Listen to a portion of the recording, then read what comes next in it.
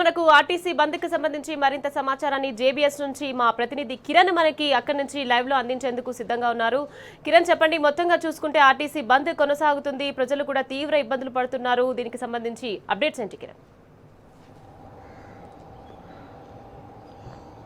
JAC నాయకులు పిలుపునివ్వడంతో RTC బస్సులన్నీ కూడా డిపోలకే పరిమితమయ్యాయి. ఉదయం ఆర్టీసీ నుంచి ఏదైతే వివిధ జిల్లాల నుంచి వచ్చినటువంటి బస్సులన్నీ కూడా ఇక్కడ నుంచి ఆ డిపోలకు వెళ్లిపోయినటువంటి పరిస్థితి. జేబీఎస్ బస్టాండ్లో సమ్మె సంపూర్ణంగా కొనసాగుతుంది.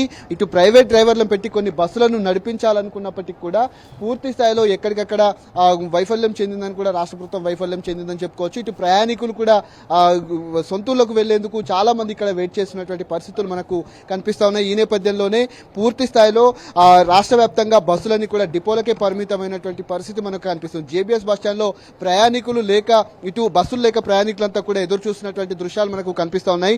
ఆర్టీసీ జేఏసీ ప్రకటించినటువంటి సమ్మె కారణంగా పూర్తిగా బస్సులన్నీ కూడా డిపోకే పరిమితాయి. ప్రభుత్వంలో విలీనం చేయాలనే ప్రధాన డిమాండ్తో ఆర్టీసీ నాయకులంతా కూడా ఈరోజు ఆర్టీసీ కార్మికులంతా కూడా సమ్మెలో పాల్గొంటున్నటువంటి దృశ్యాలు మనకు కనిపిస్తున్నాయి. రాష్ట్ర వ్యాప్తంగా 9,500 బస్సులు ప్రస్తుతం ఆర్టీసీలో ఉన్నాయి. మరొక 3,500 అద్దె బస్సులు కొనసాగుతున్నాయి. అద్దె బస్సులు ఉన్నటువంటి నేపథ్యంలోనే పూర్తిగా ఉన్నటువంటి బస్సులను నడిపిస్తోంది.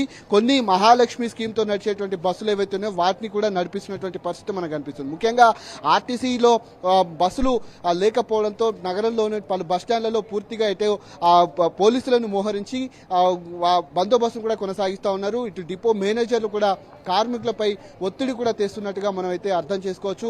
ప్రయాణికులు కూడా వచ్చి ఎదురు చూసినటువంటి దృశ్యాలు ఇక్కడ మనకు కనిపిస్తూ ఉన్నాయి. ఎందుకంటే రాష్ట్ర ప్రభుత్వం ఇచ్చినటువంటి హామీలు నెరవేర్చకపోవడంతో చాలా మంది ఏమైందమ్మా బస్సులు లేవా ఏమంటున్నారు?